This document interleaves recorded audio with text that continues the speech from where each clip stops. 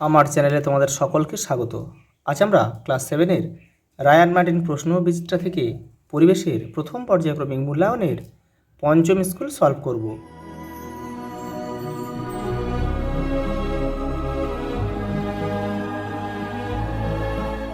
প্রথম প্রশ্ন দেখো, যে যন্ত্র দ্বারা কোনো বস্তুর তাপমাত্রা পরিমাপ করা হয় সেটা হচ্ছে থার্মোমিটার। আর শুধু তাপ হচ্ছে ক্যালোরি, তাপ হলে কিন্তু এটা ক্যালোরিমিটার হতো। পরেরটা দেখো, জলের স্ফুটনের সময় তাপমাত্রা ক্রমশ বৃদ্ধি পায়, এটা পায় না, এটা হচ্ছে তোমার সমস্ত জল বাষ্পীভূত হওয়া পর্যন্ত তাপমাত্রা স্থির থাকে। এটাই আমাদের সঠিক উত্তর হবে।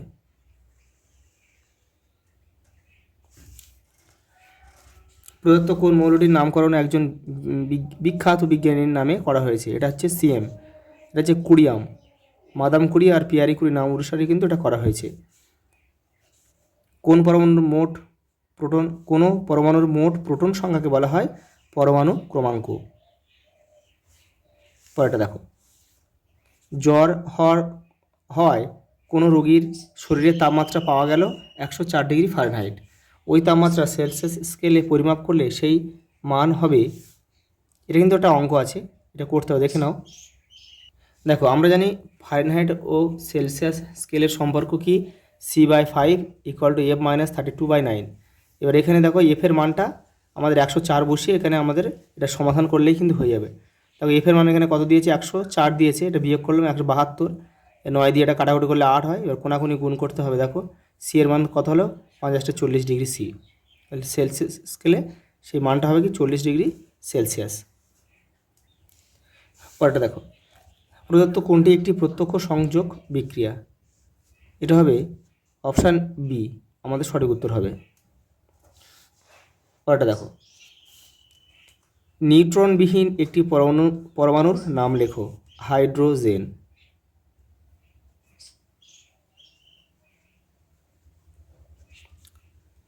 ক্যালসিয়াম ফসফেটের সংকেত লেখো।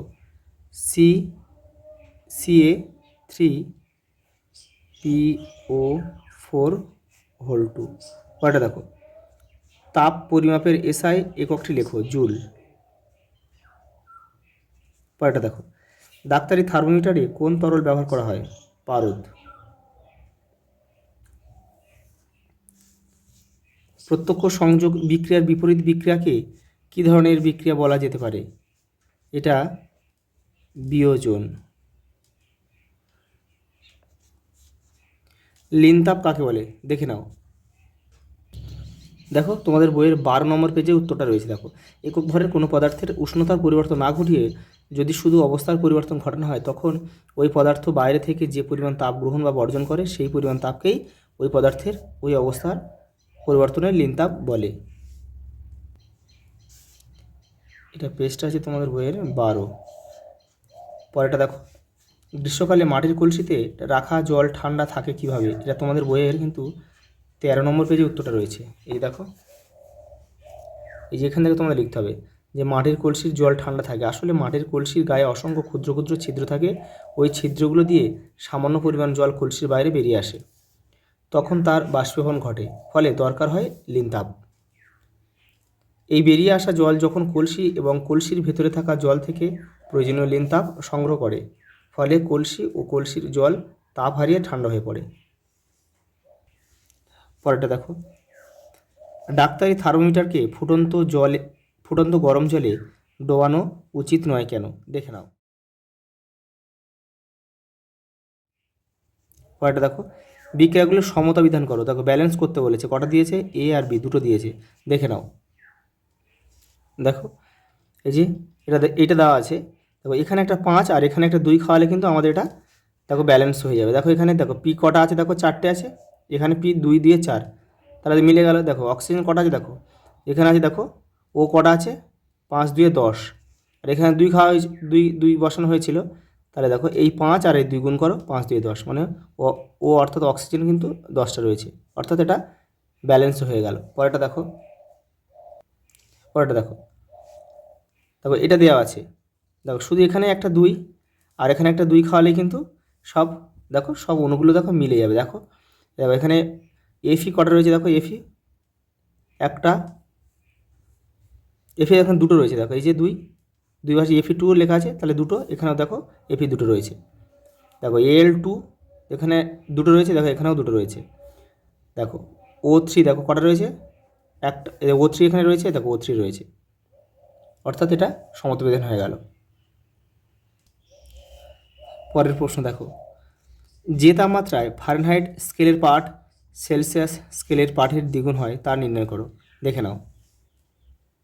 দেখো শর্তটা কী দিয়েছে, দেখো ফারেনহাইট স্কেলের পাঠ সেলসিয়াস স্কেলের পাঠের দ্বিগুণ হবে, অর্থাৎ আমরা F = 2C লিখতে পারি।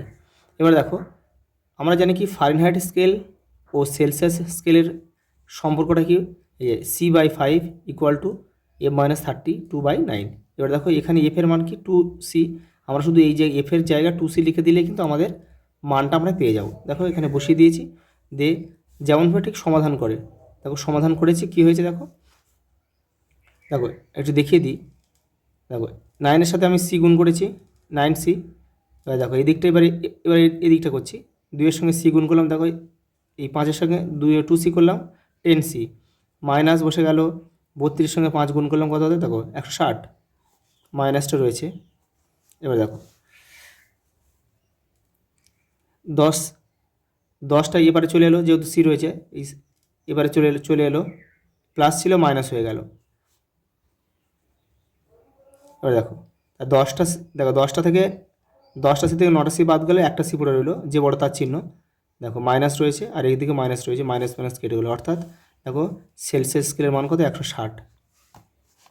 এবার দেখো এটা ফারেনহাইটটা কত হবে, দেখো ফারেনহাইটে শুধু দেখো এই সির মানটা বসালে হয়ে যাবে। দেখো এটা শর্ত ছিল F = 2C, এটা শর্ত ছিল।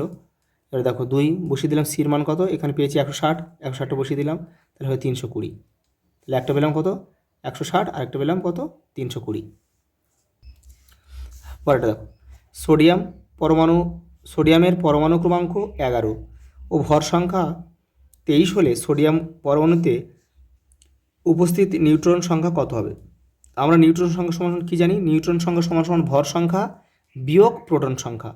তাহলে এখানে দেখো নিউট্রন সংখ্যা কত আছে, নিউট্রন সংখ্যা এখানে ভর সংখ্যা কত আছে 23, আর প্রোটন সংখ্যা আছে 11, তাহলে দুটো বিয়োগ করে দেবো, দুটো বিয়োগ করে দিলে 12, তাহলে নিউট্রন সংখ্যা আমরা কত পাবো, 12 পাবো।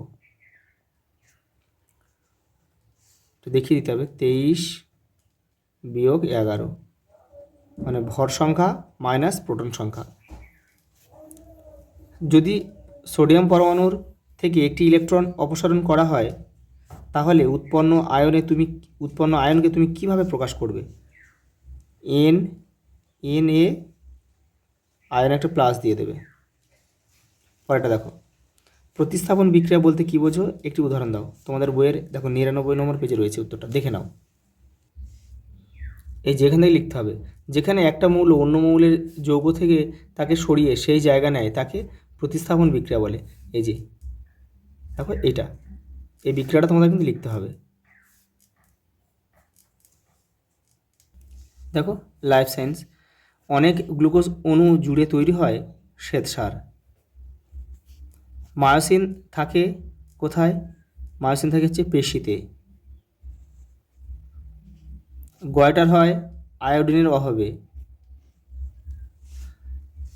এক কথায় উত্তর দাও। স্বাভাবিক ওজনযুক্ত ব্যক্তির BMI বডি মাস ইন্ডেক্স এর মান লেখো। এটা হবে 18.5 থেকে 25। কোন অঙ্গে জল সেরিব্রো স্পাইনাল তরল হিসেবে থাকে, এটা হবে মস্তিষ্ক ও সুষুম্না কাণ্ড। পরেরটা দেখো, শরীরে অক্সিজেন পরিবহন করা কোন খনিজ মৌলের কাজ, এটা হবে আয়রন। পরেরটা দেখো, মানুষের শরীরে ওজনের প্রায় কত শতাংশ শুধু জল থাকে, 70%, 70%। দেখো 3-টা, ফ্যাটে দ্রাব্য দুটি ভিটামিনের নাম ও কাজ লেখো। তবে ফ্যাটে গুলে যায় হচ্ছে দ্রাব্য হচ্ছে A ডি ই কে, যে কোনো দুটো ভিটামিন আমার কাজ লিখতে হবে। এর কাজ কি? এর কাজ হচ্ছে রাতকানা রোগ প্রতিরোধ করা। এটা তোমরা একটু লিখে নিও, রাতকানা রোগ প্রতিরোধ করা। এখানে আমি শুধু দুটো বলে দিচ্ছি। আর ডির কাজ কি? ডির কাজ লিখবে কি? হাড় ও দাঁতের গঠন মজবুত করা ও রিকেট রোগ প্রতিরোধ করা, এটা লিখবে। ভিটামিন ই কিন্তু বন্ধ্যাত্ব প্রতিরোধ করে। পরেরটা দেখো, গাছের খাবার তৈরি করতে কি কি লাগে? দেখো, জল, H2O, দেখো CO2 কার্বন ডাইঅক্সাইড লাগে, সূর্যালোক, আর কি লাগে? ক্লোরোফিল।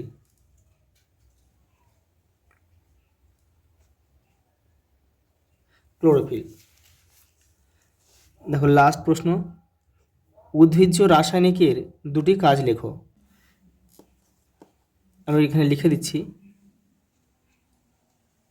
রোগ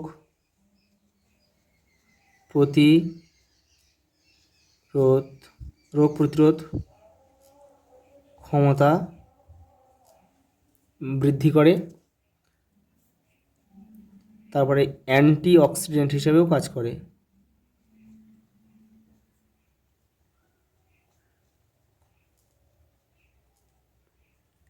অ্যান্টি অক্সিডেন্ট